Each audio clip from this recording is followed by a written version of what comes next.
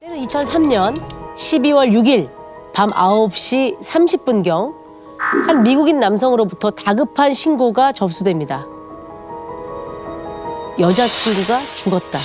피가 많이 난다면서 이태원으로 와달라는 내용의 신고였다고 합니다. 신고된 곳은 이태원에서도 인적이 드문 골목에 위치한 다세대 주택 2층 집이었습니다. 근데 현장에 도착해 들어가 보니까 가정집이 아니었습니다. 응?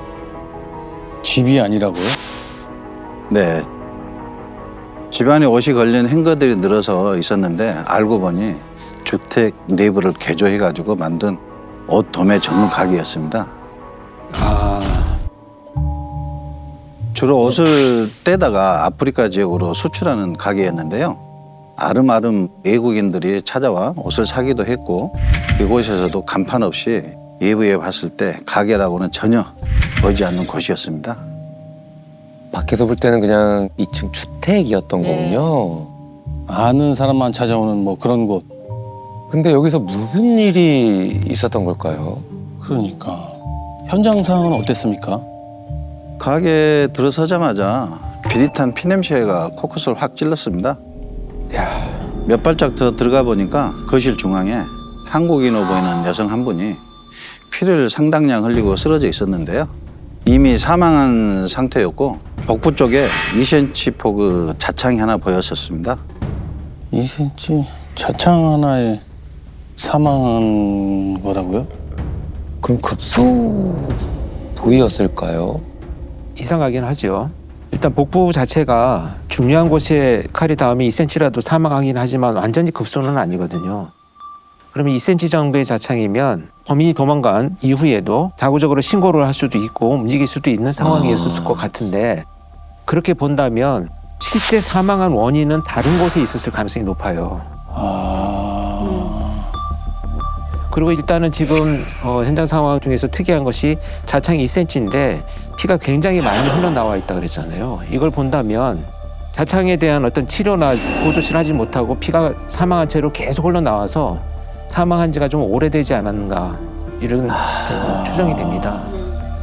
혈흔이 마른 상태나 시신 강직 상태를 봤을 때 사망한 지 한나달 정도 지난 걸로 추정된 상황이었습니다.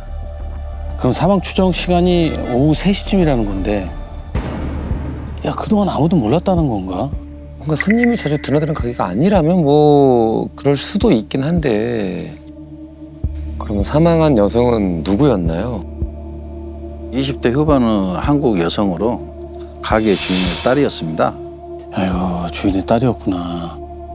몇 년 전부터 어머니의 일을 도와주고 있었다고 했는데 현장을 보니 업무 중 갑자기 공격을 당했는지 온풍기도 그대로 켜져 있고요. 정리 안 된 옷가지들이 시신 옆에 놓여져 있더라고요. 이날 오후 내내 여성이 연락이 닿지 않아 남자친구가 밤에 가게에 찾아가 현장을 목격한 상황이었습니다. 직접적인 사인은 뭐였나요? 사망한 여성의 목 쪽에 손자국이 남아 있었는데 나중에 확인된 부검 결과 사인은 질식사였습니다. 정황상 범인이 흉기로 공격한 뒤 목을 졸라 살해한 것으로 추정됩니다. 일단 성범죄를 의심할 만한 정황이나 흔적은 없었습니다. 그 외엔 정확히 수사를 해봐야 하는 상황이었지만 정황상 강도 목적의 범행일 가능성이 컸다고 합니다. 평소 가게에 현금 보관했던 서랍이 열려 있었는데 안에 돈이 하나도 없었고 피해 여성 지갑 속에 현금과 신용카드도 일부 사라진 상태였습니다. 정확한 액수는 알 수 없었지만 꽤 많은 돈을 가져간 것으로 확실했습니다. 어머니는 가게에 출근을 안 하신 건가요? 왜 이걸 몰랐던 거죠? 하필 사고 당일 어머니가 업무차 아프리카로 출장을 떠난 상황이었습니다. 1년에 한두 번 업무차 현지에 다녀오는데 이날도 오전 비행기로 출국했던 겁니다. 아프리카로 출장을 갔다고요? 야 그러면 어머니가 한국을 떠난 지 몇 시간 만에 이런 일이 생겼다는 거잖아요. 그렇죠. 이 상황이 너무 공교로운데요? 혹시 이날 딸 혼자 가게에 있다는 걸 알고 노린 범죄가 아닐까요? 그렇게 추정됐습니다. 현장을 둘러볼 때 범인이 이 가게를 잘 아는 사람이겠다는 생각이 들더라고요. 왜요? 가게 현관문이 딱 하나였는데 강제로 출입한 흔적이 전혀 없었습니다. 그러면 안에서 열어줬거나 범인이 열고 들어갔다는 얘긴데. 그쵸. 그러니까 가게니까 문이 열려 있었던 건 아닌가? 근데 아까 여기가 외부에서 볼 때는 그냥 가게라고 볼 수 없는 주택이라고 했잖아요. 그렇죠. 네, 그래서 이곳이 가게라는 걸 알고 평소 문을 열어둔다는 걸 잘 아는 사람이라는 생각이 든 겁니다. 그렇죠. 그러면은 범인이 가게 손님이었을 가능성이 크다는 얘긴데요. 그럴 때 현장에 범인을 뭔가 추정할 만한 단서는 없었나요? 현장 감식에 지문이 좀 나오기는 했는데 대부분 신원을 확인할 수 없는 지문이었습니다. 아무래도 외국인 출입이 잦은 곳이다 보니 조회가 안 되는 지문들이었던 겁니다. 외국인들이라. 근데 이제 국내 거주하는 외국인분들은 등록하지 않나요, 지문을? 2003년이잖아요. 외국인 지문 등록제가 있긴 있었어요. 그런데 20세 이상의 외국인 중에서 1년 이상 체류하는 사람들을 대상으로 해서 지문을 이제 등록을 했었거든요. 그 지문 등록이 안 돼 있다고 하는 것은 결국은 뭐냐면 1년 미만의 단기 체류자이거나 아니면 불법 체류자이거나. 그래도 일단 수상한 지문 모두 채취해 놓고 피해자 주변을 비롯해 가게를 자주 찾는 손님들 위주로 탐문 수사를 이어갔습니다. 야, 막막하다. 뭐가 좀 나왔나요? 수사가 시작이 되고 얼마 후에 뜻밖의 인물이 수사선상에 오릅니다. 어? 생각보다 금방 꼬리를 잡네요. 그러니까요. 그 누군가요? 피해 여성의 미국인 남자친구였습니다. 어? 처음에 신고했던 신고자 미국인. 아니 왜? 진술이 안 맞는 부분이 좀 있는 겁니다. 신고 당일 전후로 참고인 진술을 받았는데 신고 전날 밤 여자친구랑 술을 한잔하고 아침까지 가게 한켠에 있는 작은 공간에 함께 있었다고 했거든요. 그리고 새벽 6시쯤 본인은 출근해야 해서 가게를 나섰다고 했고요. 근데 주변 탐문을 해보니까 오전 9시쯤 가게에서 남자친구가 나오는 장면을 목격했던 사람이 있던 겁니다. 굉장히 급한 걸음으로 갔다고 했고요. 범행 추정 시간은 오후 3시였잖아요. 그럼 다시 가게를 찾아온 건가? 신고자인 미국인이 왜 거짓말했던 걸까요? 남자친구한테 다시 물어보셨죠? 뭐라고 하던가요? 생각해보니까 휴대폰을 놓고 와서 잠깐 다시 가게에 갔었는데 깜빡했다면서 이야기를 바꾸는 겁니다. 이 남자친구에게 수상한 점이 하나가 더 있었는데요. 여성의 계좌 조회를 해보니까 남자친구에게 1,000만 원 정도 돈을 빌려준 정황이 있었는데 갚지 않은 상황이었습니다. 그럼 설마 돈을 안 갚으려고 이런 짓을? 그래서 채무에 대해서 추궁을 했는데 여자친구한테 돈을 빌린 건 맞지만 이 문제로 다툰 적이 없다고 했고요. 자기가 여자친구를 살해했다면 굳이 다시 찾아가 신고를 했겠냐면서 굉장히 억울해했습니다. 그래서 형사님들은 남자친구에 대한 강도 높은 조사를 진행을 했는데요. 범인으로 의심할 만한 더 이상의 정황은 나오지 않았다고 합니다. 일단 신원이 정확한 사람이었습니다. 직업도 직업 군인이었고요. 당일 행적에 대한 알리바이도 다 확인해 보니까 휴대폰을 찾으러 간 것까지 맞더라고요. 여성이 사망한 것으로 추정되는 오후 3시 부대에 있었던 것도 확인되었고요.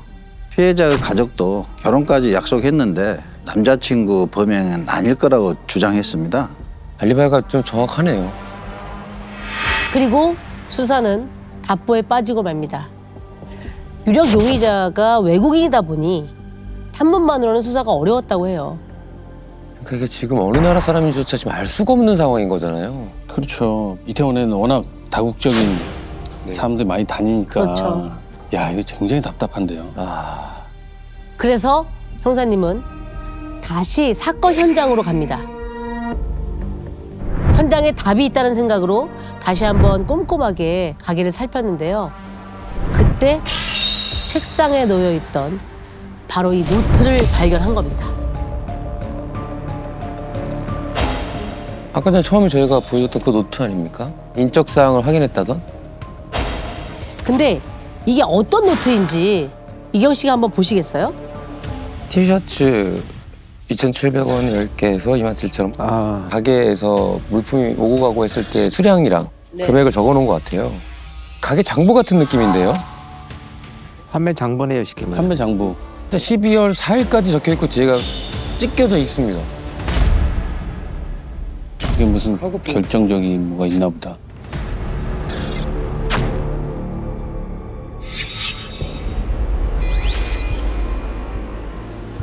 사일까지 있고 그 뒤 내용이 없습니다. 그러면 신고 날이 12월 6일이니까 이틀 전 주문 기록까지 있던 건가 보네요. 자, 그런데 아까 형사님이 결정적인 단서를 발견했다고 했던 그 페이지는 어디죠? 여기 12월 4일 다음 장인 여기요. 빈 종이. 빈 종이.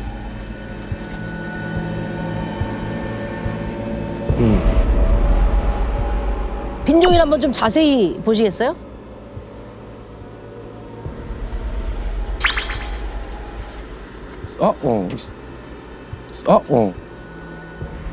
이 글씨 자국이 있어요.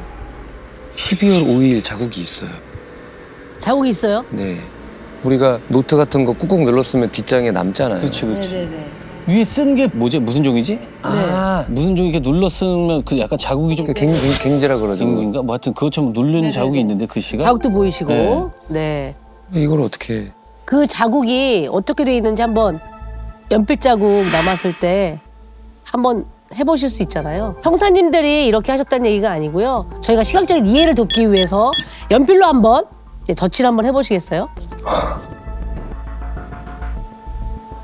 보이세요? 잘 나와요. 그 맨 위에 12월 5일이라고 선명하게 나와 있습니다. 근데 이걸 왜 찢었지? 아니면 범인이 찢어왔을 수도 있죠. 왜냐면 장부를 아까 뭐 스커트 뭐 몇 개, 그 누구 이름도 써 있어요. 가지고 사갖고 간 사람? 예, 제이라고 써 있어요. 아 그러면 핸드폰 번호 막 다. 핸드폰 번호하고 이름 써 있으니까 자기의 신상이 노출되면 안 되기 때문에 찢어간 거 아니에요? 아, 저희도 혹시 해서 가게에 찢어진 종이가 있는지 쓰레기통부터 샅샅이 뒤졌는데 가게 안에서는 발견되지 않았습니다. 피해 여성이 찢은 게 아니라면 정황상 범인이 가져갔을 것 같더라고요.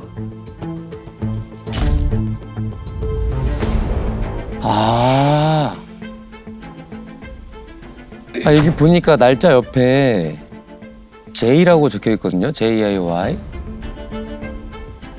JAY? 네. 범인 이름이 그러면 J? 어쨌든 사건 전날 지금 왔으니까 이걸 찢어간 거 아닙니까? 그럴 수도 있죠. 이게 주문하러 온 게 아니라 그럼 답사로 왔던 거 같아요. 일단 없어진 내용을 정확히 복원하기 위해 국가수에 필연 재생부터 맡겼습니다. 네. 필연 재생. 네. 필은 재생이요? 그러니까 지금 보신 것처럼 글을 쓰게 되면 밑에 눌린 자국이 있잖아요. 그래서 필 압력에 따라서 남아있는 자국들을 재생하는 건데 특수 처리된 필름이나 흑연가루 같은 거를 뿌려가지고 복원하는 기법이 있어요. 그래서 이게 결국 눈에 안 보이는 없어진 증거들을 찾는 이런 기법으로 활용이 되고 있습니다. 그래서 말씀해주신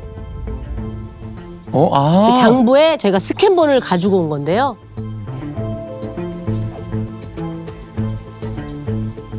여기 있네. JAY. 전화번호도 있어. 자, 이게 12월 5일자에 없어진 실제 주문 기록입니다. 수량하고 옷 이름이고. 지금 뭐 티셔츠, 셔츠하고. 상표가 적혀 있기도 하고요. 그때그때 저장을 해놨나 보네. 네. 이 내역이 J가 다 주문한 거네. 그렇죠. 20, 100, 1000만, 10만, 100만. 총 640만 원어치를 샀네. 왜 이렇게 많이 샀어? 이 도매업이니까 소매업이 아니고. 떼우는 거니까. 그렇지. 여기 이제 이 주문 내역은 뭐 거래량보다는 이름하고 전화번호가 있다는 게 결정적이죠. 결정적인 거죠. 네.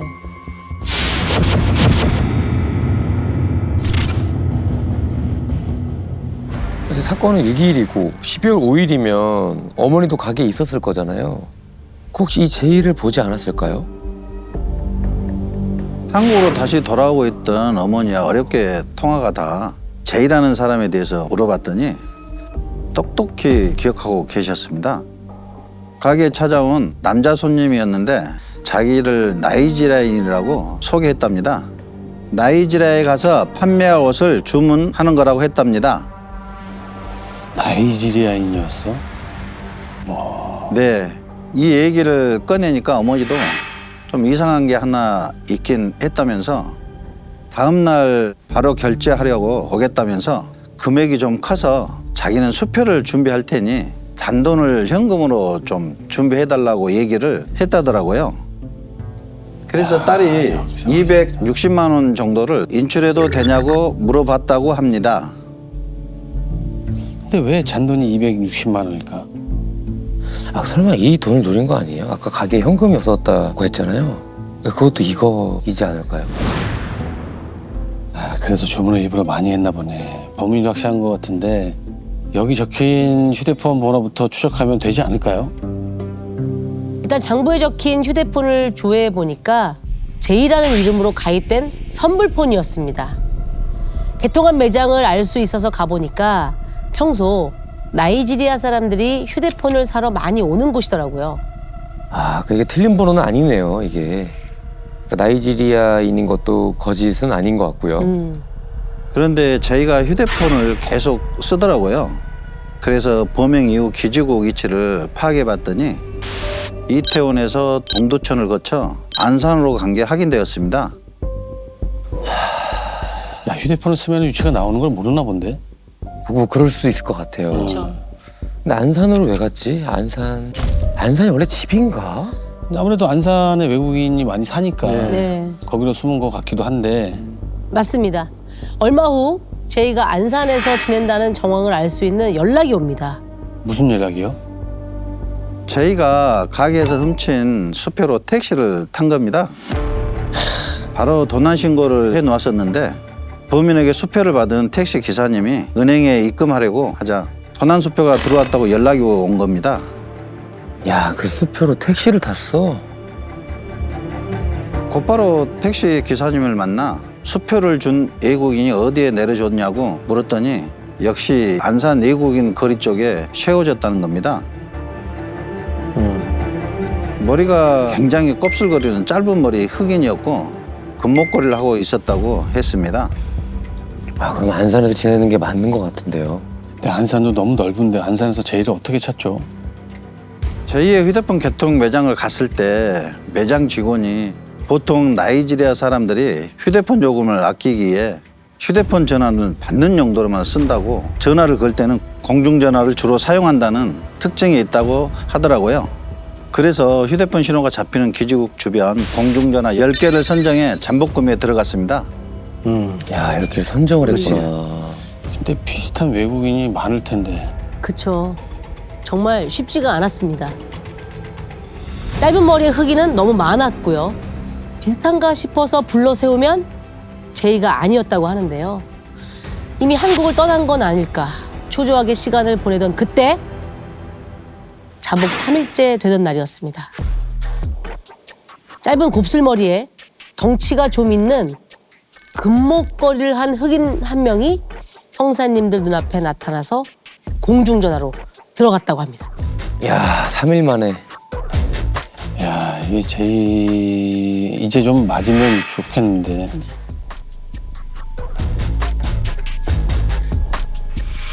저희도 간절한 마음으로 제이라고 부르니까 멈칫하더라고요. 그랬더니 낌새를 눈치챘는지 냅다 도망가는 겁니다. 아, 이놈이 이거 맞구나 싶어 끝까지 따라가 검거했습니다. 네. 도망갔으면 빼박이죠. 네. 그렇죠. 이름 불렀는데 그쵸. 도망가면 무조건이죠. 근데 일단 우선적으로 검거를 해도 말이 잘 안 통할 것 같거든요. 검거의 반응은 어땠나요? 한국말을 잘 못하더라고요. 일단 경찰서로 데려가서 통역을 불러 조사를 하니 본인은 절대 아니라고 묵비권 행사를 하는 겁니다. 참 그 나쁜 짓 하는 사람들은 국적 상관없이 다 뻔뻔한 것 같아요. 네. 국적이 뭐 그냥 나쁜 들이야. 제이가 범인이 맞긴 했나요? 가게에서 나온 지문 중 하나와 일치했고요. 범인이 살던 자취방에서 범행 도구로 사용했던 가도와 피해자 혈흔이 묻은 옷도 나왔습니다. 빼박이네요, 진짜. 빼박이에요. 빼박이에요. 예. 네. 야, 그리고 남의 나라까지 와서 이게 무슨 짓이야 지금? 뭐 하는 짓이냐고. 살인을 하고 있고. 아이씨. 증거들을 내미니까 그제서야 범행을 다 시인하더라고요. 똑같아. 그러니까 못 찾을 거라고 생각을 하고 묵비권 행사한 건데. 살인범들은 똑같아. 아, 그럼 대체 한국까지 와서 왜 이런 범행을 저지른 거라고 하던가요? 왜 그랬을까?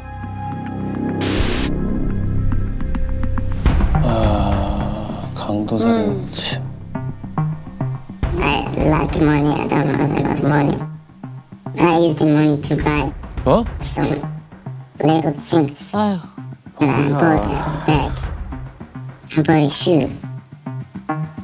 가방하고 신발을 샀네. 네. 아, 나는 처음에 돈이 없다 그러다 아 진짜 먹을 돈도 없구나 했는데 네.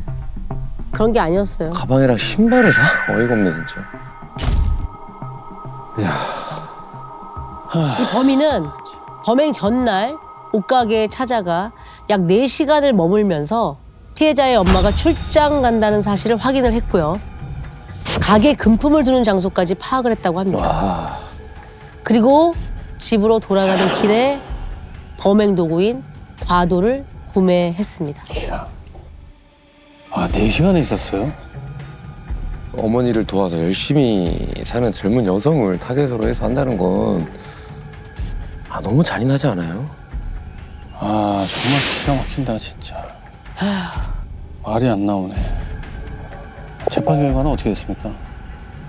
계획된 범죄고요. 잔혹성이 또한 인정이 돼서 무기징역을 받았습니다. 외국인이 한국에서 살인을 하게 되면 한국 교도소에서 계속 있는 거예요? 아니면 소환이 되나요, 본국으로? 우리나라에서 처벌받죠. 계속 우리나라 처벌받나요? 법 재판을 받고 구속 수감 되죠. 즐겨봐 이 채널.